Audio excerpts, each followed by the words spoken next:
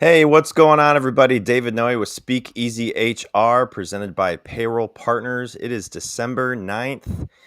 The holidays are in full swing, and it doesn't feel like December out with it raining and being 50 where we are. But here we are, almost the end of the season of 2024, and we've got a great guest on today, Sammie Kelly with Beyond Neurodiversity. Welcome, Sammie. How are you today? Oh, thank you. I'm doing great. I'm super excited to be here and in the full holiday spirit. You can't tell, but I've got Christmas lights on my bookshelf behind me, but we're ready to go. We're looking There you forward to go. it. There you go. Yeah, I finally had my kids. Well, since Thanksgiving, they've been wanting to listen to Christmas music, and I said, Yeah. or no, actually, since Halloween. Sorry, I don't start until Thanksgiving. They want to start right after Halloween. It's like, all right, it's November. It's time to listen to Christmas music. I'm like, nope, we're not. We're not doing that yet. So, now listen to Christmas music, getting in the spirit. Went to Kings Island last night, as I told you before we came Yeah. on. Went to Winterfest, which I've never been to, which was a lot of people, a lot of fun. But Yeah. um, anyway, we are live on LinkedIn and YouTube. So if you are watching live, comment where you're watching. Comment anything about this topic that you want to learn. Sammie is here to help us all learn about this, since this is her new business that she has started over the last few months. So we'll get into that a little bit. So again, this is sponsored by Payroll Partners. I want to definitely ask people a couple of questions if this will pop up before we get into it. Let me see if it'll actually work. Say no more hotlines and hold times. Say no more to payroll emergencies. Plus, you get a human element and true payroll partner for better service throughout your state, especially during this all the holidays. So learn more about Payroll Partners at payrollpartners.net. So, Sammie, you have watched this before, and I have the envelopes ready. Yes. So, for those who have not watched this before, like I said, we are live. If you are a fan of Sammie and her work, definitely ask her questions as we go. But if you haven't watched this before, I always ask my guests a couple of questions that just help us get to know them a little bit more in this time that we have on this live. So there's 15 questions in the envelopes, and I try to give the guests, obviously some questions that are pretty easy to answer. And so I call it the world famous envelope icebreaker game. So we're going to get that started here in a minute. I cannot wait to see. Whoop, get a little sneak peek of the QR code there. That was my fault. This is a one man show over here. So Oh, sometimes I get a little happy with the clicks. All right. So 1 through 15, Sammie. So if you have ooh. a number in mind, Let's go with 8. 8 eight. feels lucky today. Okay. I don't know if anyone's picked 8 yet. Ooh, We okay. have number 8. I try to move them around a little bit just in case if people pick 7 every time, it's not the same question. But all right, what is your favorite TV show? Oh no. Um, Parks and Rec. I don't know why I said, "Oh, no." That should have been an immediate. Parks and Okay. Rec. Okay. Leslie Knope is my hero, and my Okay. husband, reminds me a lot of her husband in the show. So, it's a great Halloween costume, it's inspirational, it's funny. Yeah. You can't go wrong with Parks and Rec. Okay. Yeah, that is a great show. I've watched some of it. I haven't watched like every episode. I've watched The Office a few times. That's one of my go-tos. But all right, you want to do one more Sure. out of 8, or not 8, but any other number come to mind? Let's go 14. 14. All right. So, number 14 it is. Let's see. All right. What is your favorite piece of career advice? Favorite piece of Oh. career advice. Oh, that's really hard. Actually, I'll I don't know if this is my favorite, but this is one that I read today, which I thought was really, really interesting. Okay. Was when you're looking at your career, especially if you're at a point of pivoting or maybe like you're stuck, you're not sure where to go, think of, do you want your life to be a career centered career or a lifestyle centered career? Do Yeah. you want to be spending your free time upskilling, networking, engaging in your community and really building your life around your career? Or do you want to be building a career around your lifestyle where you're doing maybe more volunteer work? Maybe you're picking and choosing the clients and the hours. Maybe you're not making the most money, but you have that work life balance. And then kind of go on from there and begin your search. I know that's been a place that I've been where I wasn't quite sure which direction I wanted to go. And I just thought that was really, really good advice. Yeah. No, that's really good advice. I have teenagers now. Well, one going to have another one soon. One's going to be driving next year, and Oh, man. so I'm trying to help them along their education, but just also beyond school. Like, what do they really want to do? What are they going to do after school? And just finding conversations to have with a 15-year-old about like work. Like he knows what I do to some Right. extent, and in human resources and working with people and having challenging conversations. And not that I like give them a whole lot of detail, but it's just like, I try to tell them, if the faster you can find a passion in something and be able to make money and just wake up and look forward to going, whether you're making money or not, like that's ideal. And Yeah. it sometimes takes people a while to figure that out. Like, Yeah. sometimes it really does. Like, you don't wake up as a 22-year-old and you're like, "Oh, I'm passionate about this. I'm gonna make a lot of money, or I'm gonna do this for my whole career." So it just, I wish I had more people when I was younger kind of tell me those kinds of things, because I never really thought about that when I was younger. It was more like, Yeah. "Oh, I wanna play golf. I wanna play on the PGA Tour and make a ton of money Right. playing golf." Like, that was, but now And I'm pivoting is okay. Like I see your sign behind you, champions adjust, right? Pivoting is champions adjust. absolutely okay. And if anything, encouraged. I spent the first couple years of my career going, I never want to be an entrepreneur. I had seen my dad do it and I was going, no way, no how. And then lo and Yeah, behold, here I am. And yeah. I think my dad's reveling in that a little bit. Yeah, no, Happens. it's exciting. And so for folks that are watching live, I every show I have a guest on and we talk about something passionate in their world. So going into episode, what are we at, 18 now?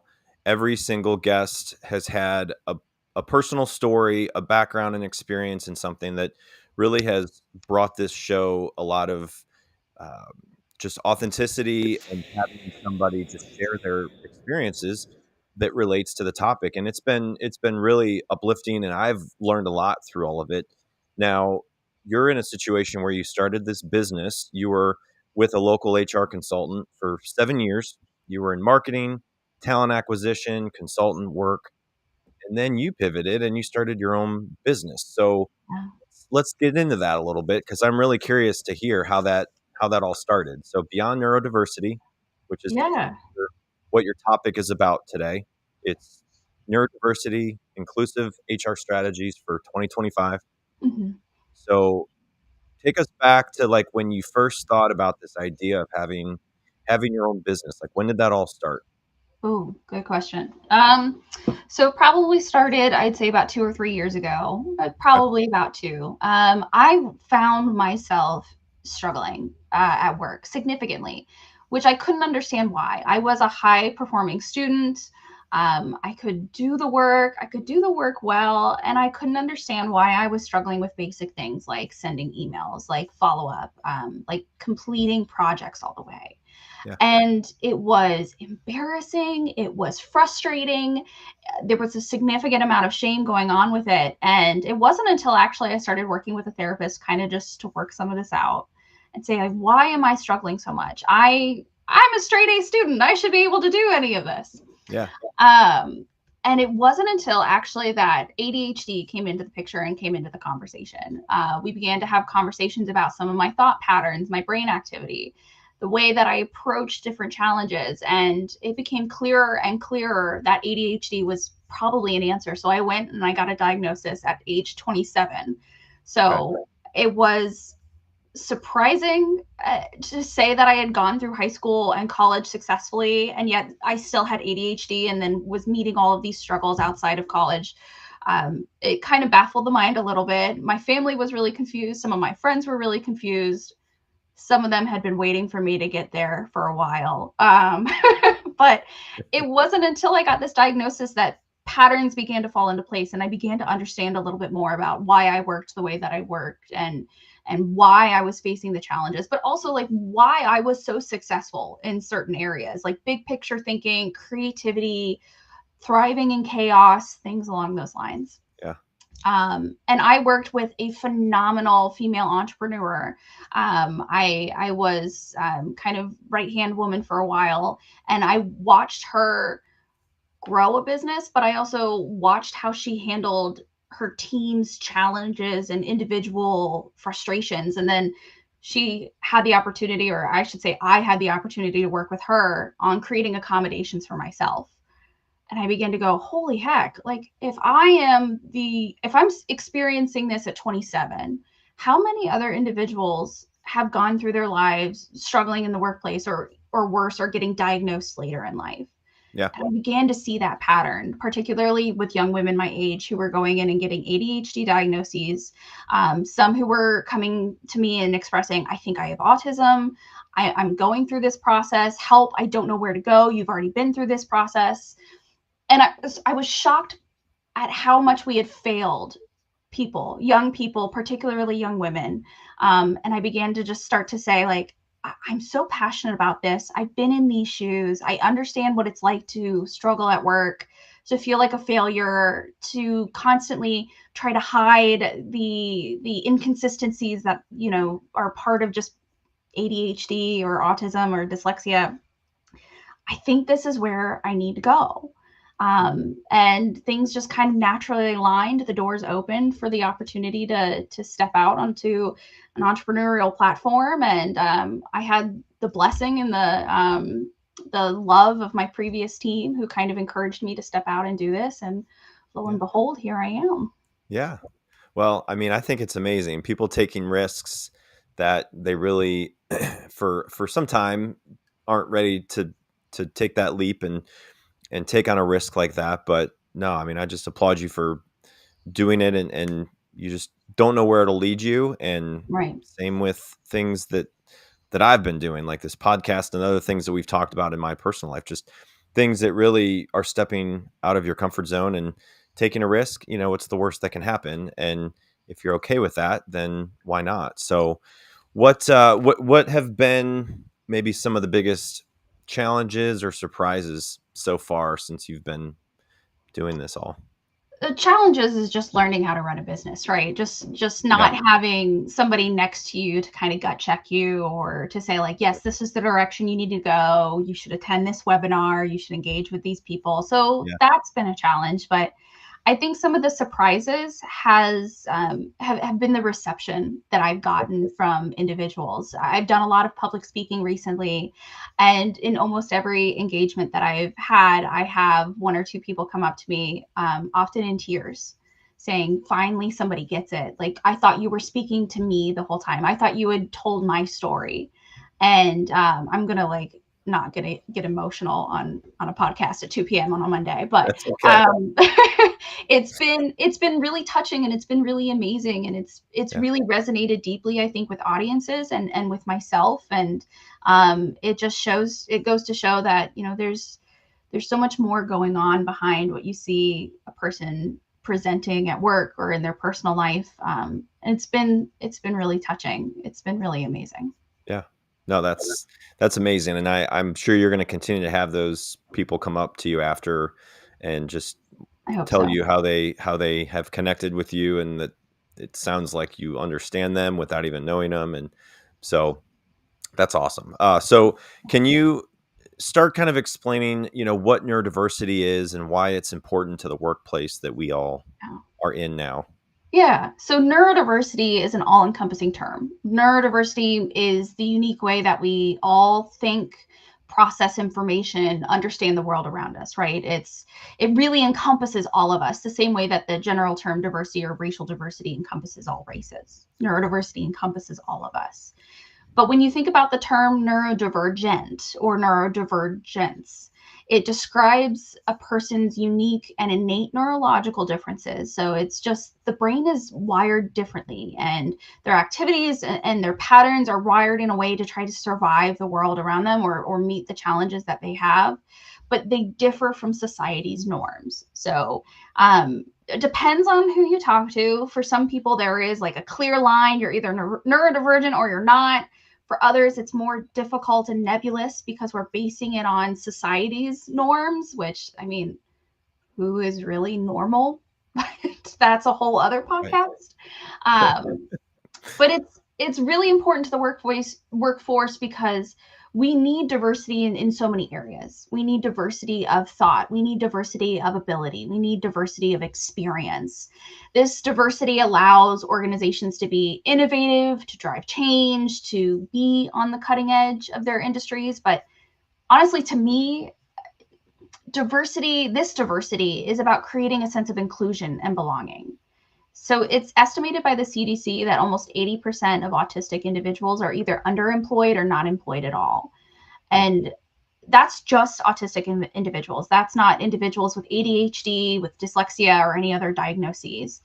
So just think about your quality of life when you know you can do the job, you want to do the job, but you're not embraced in the same way that you're neurotypical or like your quote unquote, heavy quotes here, normal employees or colleagues are, just because you present differently. So to me, neurodiversity is important because it embraces and celebrates all ways of thinking and processing. And it's a movement that's just beginning to be embraced. And it's really exciting. Yeah. So what are some common misconceptions about neurodivergent individuals in the professional setting? Whew, there's a lot of them. But I think the biggest misconception is that they're not capable, which is often far from the truth. Neurodivergent individuals are significantly more capable to meet the demands of a job than I think we think. It just requires some flexibility or some accommodations. So imagine a person with autism, for example. Say that this person doesn't make eye contact. They're going to be looking over in this direction, or maybe they don't have the firmest of handshakes. A lot of the social constructs that we're going to judge this person on in an interview or a networking experience, often they don't have anything to do with the job itself. Yeah. So why are we eliminating or judging a person based on them? Ultimately, when the opportunity presents itself, neurodivergent individuals, if they're allowed to play to their strengths, are some of the highest performers that you're going to see. And they're phenomenally bright and engaging, and they're beautiful people, just like we all are. They just express it a little differently or have different layers to navigate first. Yeah. Yeah. What does an inclusive HR strategy for neurodiversity look like in your in your words? In my words, so many options. I think if you had to encompass it, it would be strategies based on compassion and accessibility. So, like, for example, take the accommodation process. Is the process published and available for everyone in the organization? Have unnecessary barriers been removed from that process? Is it a process that actually feels accessible? I don't mean in the way that like they're published, but that you're not going to be looked down upon or shamed or made to feel uncomfortable because you express that you need an accommodation. Yeah. When I got my diagnosis, one of the coolest experiences was going to my boss and being able to say, hey, I figured it out. Kind of, I've got ADHD. What do I do now? And it was not this, oh gosh, darn it, we've got to follow by the book. We've got all of these processes. It was this wonderful, engaging process of, so happy that you figured something out. Let's talk about ways to make your life a little bit easier. And it wasn't this intimidating process. So I saw my boss approach the process with compassion and a willingness to understand. And I think that approach is the inclusive HR strategy. Another one might be based on flexibility, if I can add to Okay. that. Okay.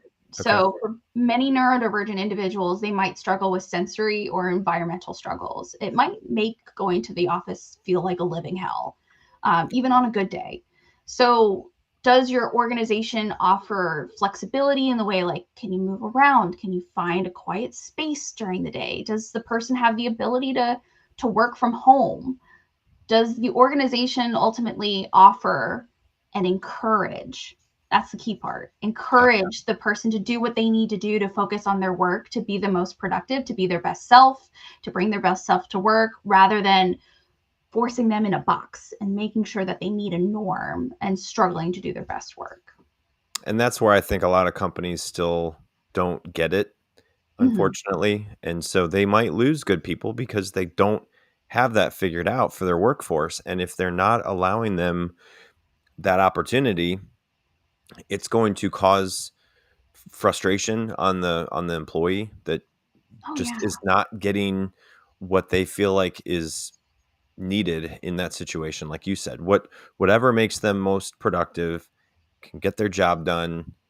And a lot of people are telling their staff like, hey, you got to be in the office, you got to be in the office. I get it. Depending on the industry and what the company does for services, it really is important to be in person and be able to do it that way. But there's a lot of companies still doing things the way they were doing in the pandemic, and everyone's working from home or kind of a flex schedule. So it really just comes down to what is going to make the staff the most productive and what opportunities and how flexible they can be with those situations. So, Yeah. And more often than not, you're going to see that those changes, those accommodations, they cost nothing. It just costs a little bit of time and understanding. right, If you're going to see any kind of accommodation cost, it's easily under $500, easily under $300. Most yeah, of them are probably going to cost $50. They're going to be a pair of noise canceling headphones or something simple right, that can be easily implemented. So the right, cost shouldn't be prohibitive. yeah.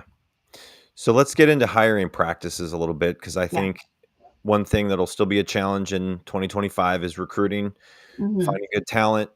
And so, what adjustments can a company make from the recruiting process to really attract, support neurodivergent candidates?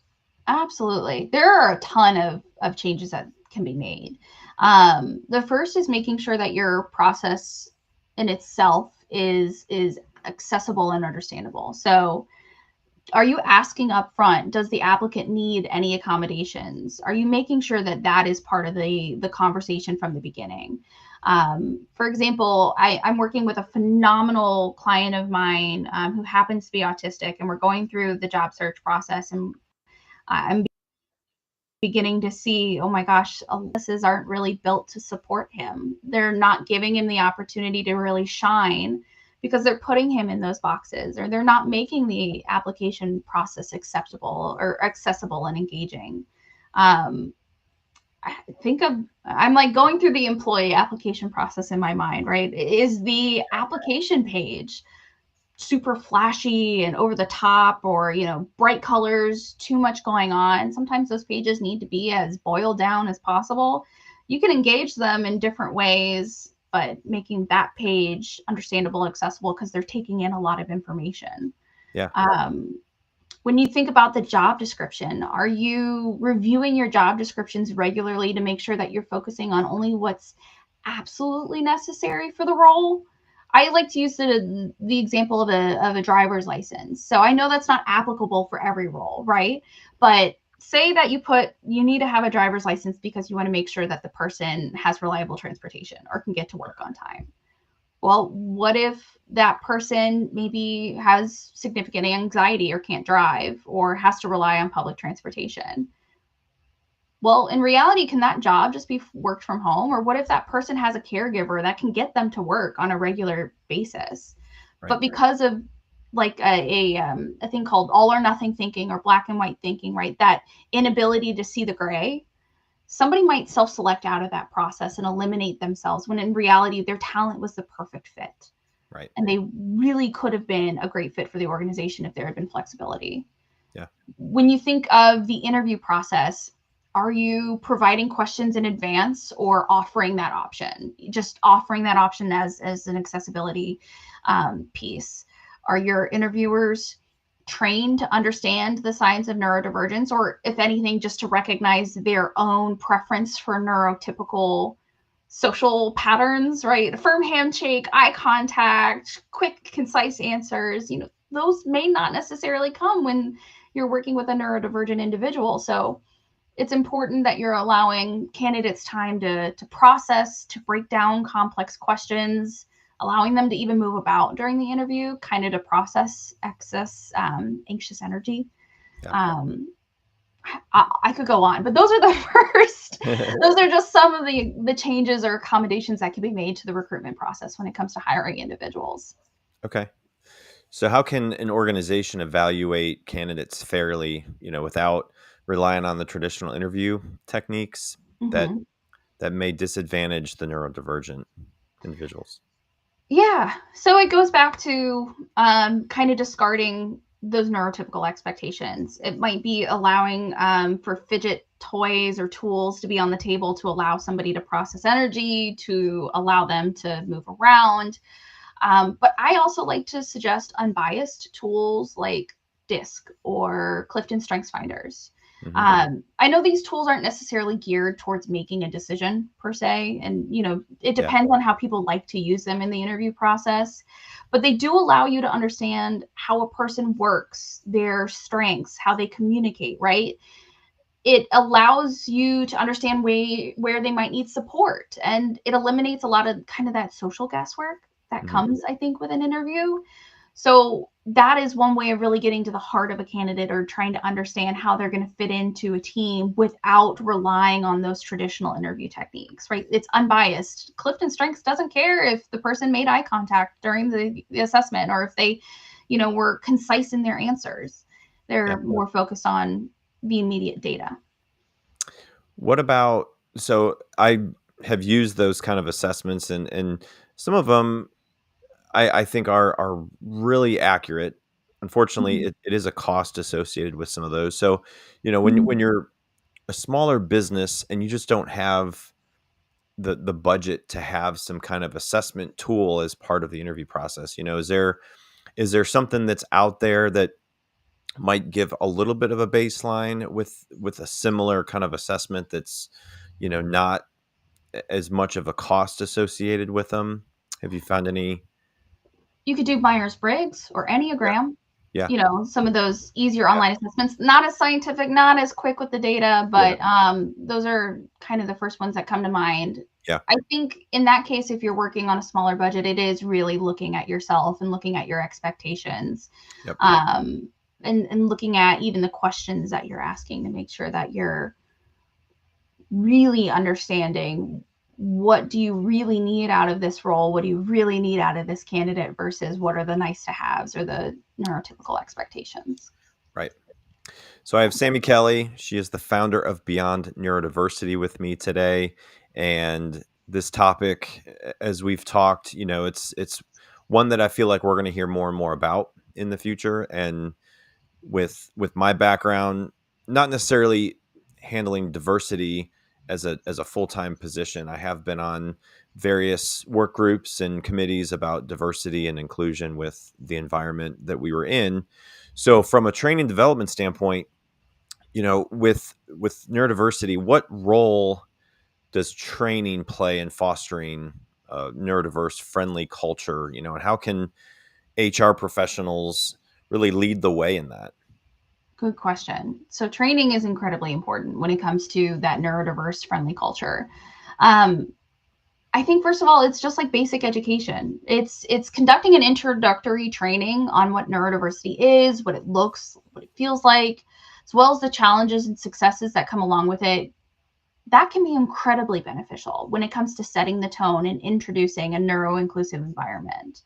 I think you would be really surprised, like I often am, on how many individuals in the audience are can raise their hand and say that they've been touched by neurodiversity in some way.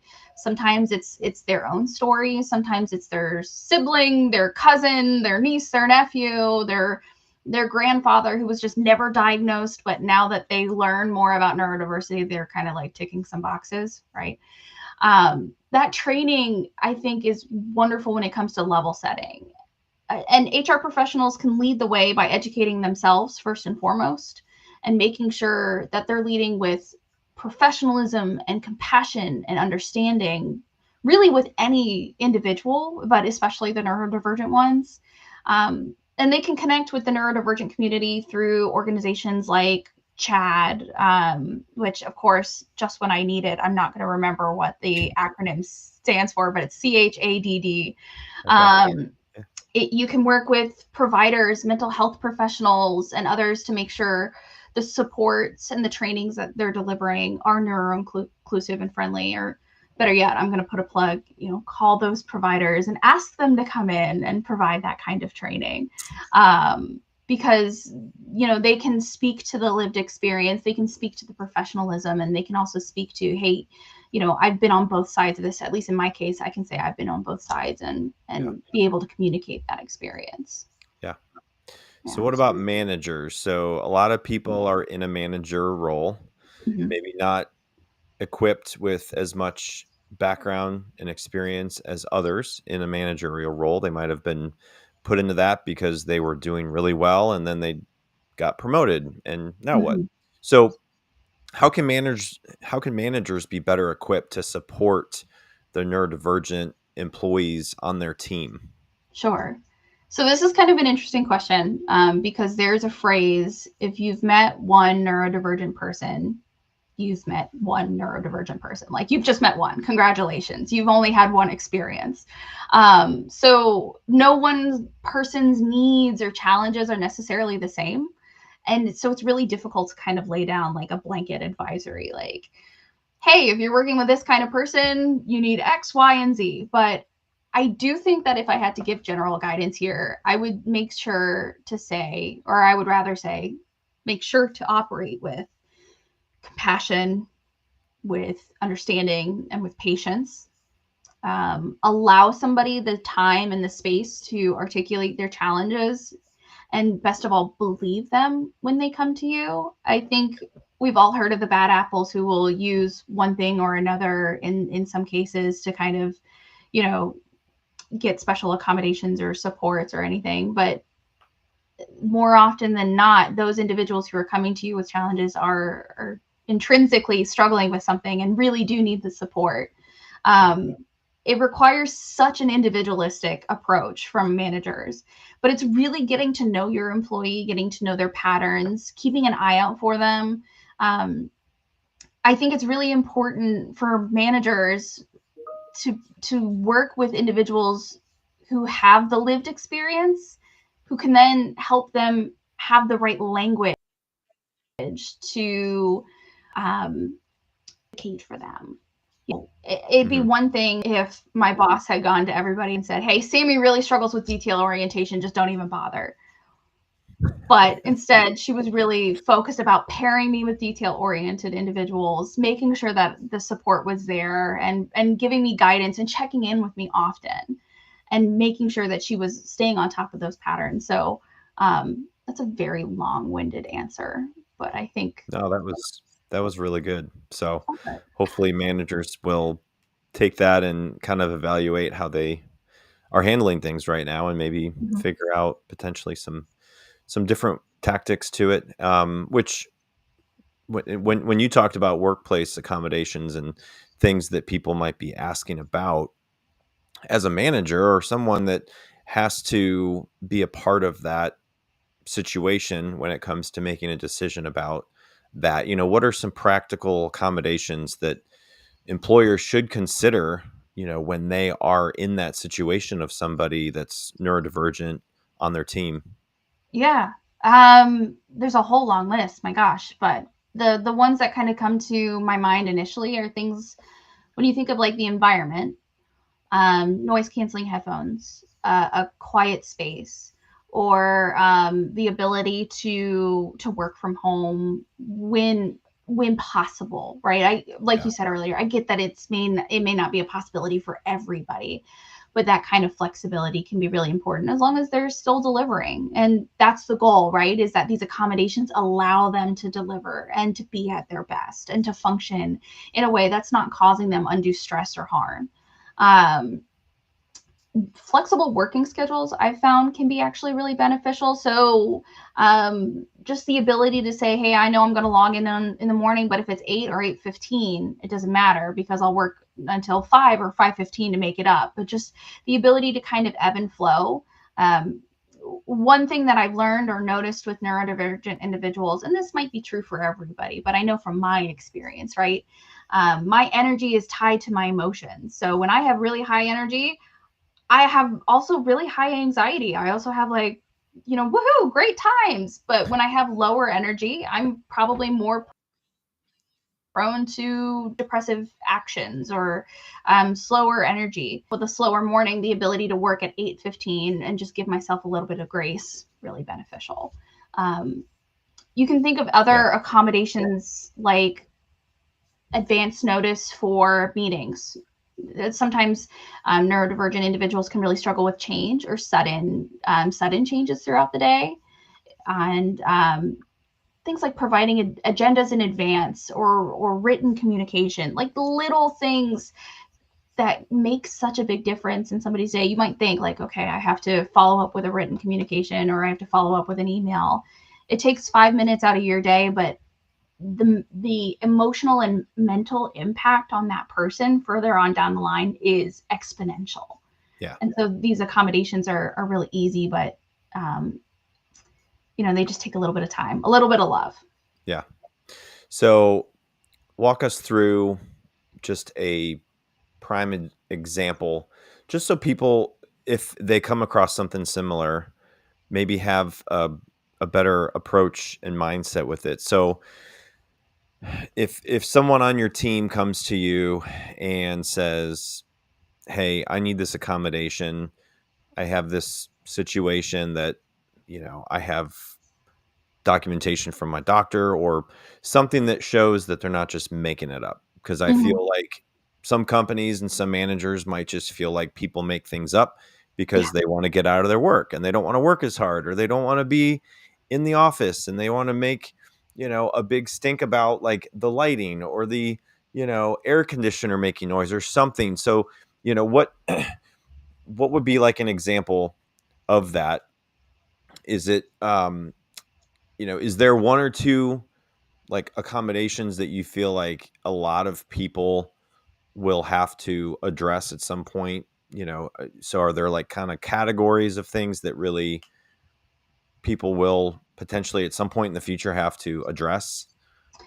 I think environment is probably one. Okay. That's really where I see or I hear a lot of the needs for accommodation. I think in part, right, we got used to working from home and got used to creating an environment that was safe for us.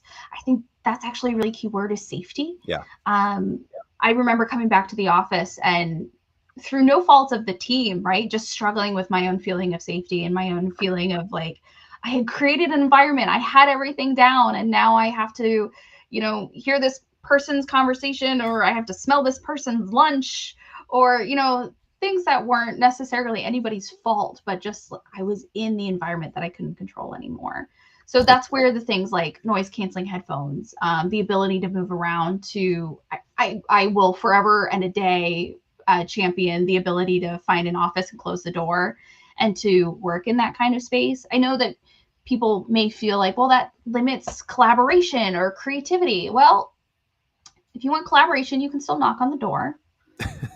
Creativity is often great when you're sometimes by yourself and you don't have any distractions. Yeah. If you're looking for accessibility, they're still right there. It's just maybe that they're getting work done like you wanted them to. Yeah. So it's kind of a little turnaround there. But Yeah. I see environments probably being some of the most accommodation or the area of most accommodations to start. Okay. Yeah. So what can HR and leadership teams collaborate on to ensure that neurodiversity is prioritized in their DEI initiatives? Hmm.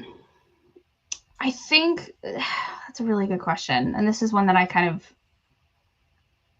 struggle with. I think maybe taking a look at management and training managers. I think leadership is going to be ultimately more successful the more that they understand how to support and how to Mhm. really connect with employees, the more that they learn that one approach isn't necessarily one fits all.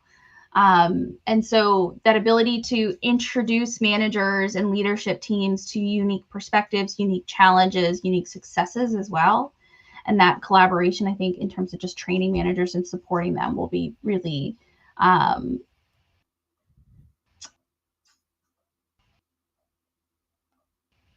would be if Yeah. Yeah, that I think a lot of people, in a managerial role may not understand how important it is in the time that they're asked to be in training, but in the long run it's super important to train managers enough because a lot of people leave managers, they don't leave the company, and Mhm. it can be avoided in situations that managers just are not trained well enough. So, so how about some success stories in your experience so far, Sammie, with your um, understanding of what you've seen with this? Can you share some examples of organizations that are excelling in this with Mhm. with the neurodiversity inclusion and really the impact it's had? Yeah, absolutely. So look at some of the biggest companies here in the US. I know that Microsoft has completely reinvented some of their hiring processes, especially for neurodiverse individuals. And they've seen an uptick in hiring and quality of candidates there. Take a look at SAP. They actually integrated an autism at work program back in 2012. And it opened the doors for an influx of talent and candidates, which I think is actually a key that we don't talk about enough. Yeah. Embracing neurodiversity at work means that you're accessing talent that hasn't been welcomed yet, that hasn't been able to shine and to have that success. So in a tough labor market and you're looking for talent, why not take the steps to be a little bit more inclusive, because you're going to find that talent. Sorry. Yeah. Anyway, that tangent. Talking about SAP though, so that opened the doors for better talent for their organization. They had applicants with high level degrees, even dual degrees. Some had patents under their belt that they were able to bring to bear for the organization. And they saw an increase in productivity, in employee engagement, quality, overall satisfaction in the organization. But better yet, and this is one of the pieces that kind of lines up with what we were talking about, they saw better quality relationships with their managers and their team members, ultimately leading to even more greater employee satisfaction. And it was once managers knew how to have a neuro inclusive approach and knew how to take that individualized approach. But one manager even reported that it had made them a better manager without a doubt. Right. And so they saw satisfaction on both parties' part. Mhm. In addition, if you take a look at HP Enterprises, so they placed 30 individuals at Australia's Department of Human Services, and they saw a 30% increase in productivity and quality as a result. But Jeez. right, this is wild. Like you're looking at it going, well, then why are we not embracing this? If you're looking for ROI, if you're looking for bottom line, if you're looking for data, these are great examples. But so they saw the 30% increase, right, which was fantastic. But better yet, these individuals were actually able to pick up on patterns and behavioral issues with clients ahead of time that were causing delays and major crises and delayed launches. So as a result, they completely redesigned the process, saving Hmm. thousands of dollars and saving frustration on both parties' part. Yeah. So these are just, I mean, yes, they're large organizations, but they made really simple changes that any organization could make just with a little bit of training, a little bit of patience and compassion, and look at the results that they had. Yeah. Huh. So just, I'm really passionate about it. I'm Yeah. sure you can tell. Yeah. It's awesome. I mean, I love it. It's really something that I, I think a lot of companies just don't even take the time to recognize and Mhm. focus because either it hasn't been an issue, it hasn't been a priority, whatever it is, or if they're just kind of trying to navigate really through the year and figure out how they can sustain itself as a Mhm. business. So, again, it's really making the effort and making it a priority that I think as you continue to educate people on the topic and really what the philosophy is behind it, I think is going to really help just educate people and make them more aware of what they should be focusing on in this topic and how they can help their team, whether it's not an issue now, it might be in the future. So I think it's fascinating. So looking ahead into the future, what are some of your predictions on how neurodiversity and inclusion for HR strategies will really evolve in 2025 and beyond? I think you're beginning to see a pattern that we're seeing over in the UK, which is this swell of individuals realizing, hey, I'm autistic, hey, I have ADHD. Um, you might see an increase in dyslexia. That's more often diagnosed earlier because it's caught in school. And more often than not, by the time that individuals get to adulthood, they've pretty much figured out like how to work with it. Um, but in the UK, right, we're seeing these swells of diagnoses and people coming to understand themselves a little bit better. And as we see that pattern in the US, I think you're going to see an uptick in neurodiverse ERGs, people who are willing to have the conversation, who are willing to use the phrases ADHD and autism, like not like they're bad, terrible words any longer, but more willing to have the conversation. Yeah. I'm hoping, this is my hope against hope, right? Because I recognize that many organizations are grappling with the future of their DE&I initiatives. And I'm hoping that organizations will look at this as an integral part of their strategy, of their talent strategy, of their employee well-being strategy, of just their overall success and Yeah. innovation. Um, it's a unique sliver of DE&I in a way. I'm just hoping that people, because so many people are touched by it, begin to understand and embrace it and Yeah. are willing to have the conversation. Yeah. It brings us closer together than it drives us further apart. Yeah. Yeah. And just if you look at the generations in the workplace now, and I've seen people talk about reverse mentoring, ageism, Mhm. things that 10 years ago we didn't really talk about. And now we're talking about just a lot of different things that companies are having to face and technology changing and AI and just how work is done and how you Mhm. can be more productive with technology and not take away jobs. I know it's going to take away jobs, but It'll change maybe, jobs for sure. yeah, I mean, maybe not to the extent that people think, but this workforce entering, coming out of school into the workforce, the younger generation, the people, in their 20s, the statistics of the people that you're talking about, I think are way higher than the ones that are 40, 50 years old because it just like a lot of other things, it wasn't Wasn't talking happening. about. It wasn't normal. And and I grew up, I was diagnosed with dyslexia back in grade school. So like I went through that. I went through a lot of different tutoring. I went through having somewhat of a program, some kind of accommodation for myself within high school and college even. So like I had that as part of my personal experience growing up, and Mm. not that I was singled out with all of my friends, like people knew I had dyslexia, like it wasn't a big deal, but they knew I had extended time on tests and was able to do a few things that they didn't. And, it helped me through some of the, classes, especially in college, Yeah. that I really struggled in. I mean, it was just where I was. And obviously now working and being in the workforce for the time I've been, I've figured out how I can be successful and productive in jobs. But there are some people that really are struggling and they just may not know exactly how to be more productive. So that's why the stuff that you're doing, I think, is just super powerful and impactful to companies that are trying to really get ahead of certain situations that they might face. So, Thank uh, you. You're only going to see the conversation continue. I think yep, there's this statistic where it's estimated that 40% of of Gen Z identify as neurodiverse in some way, shape, or form. yeah, That might be actually more reflective of what our world really looks like, but you're seeing this conversation from a generation that is so bold and bright and yep, eager to be very transparent about their challenges and their successes. If you want to be able to capture that talent, you're going to need to be able to talk the talk, walk the walk, and yep, understand the movement. absolutely. Yeah.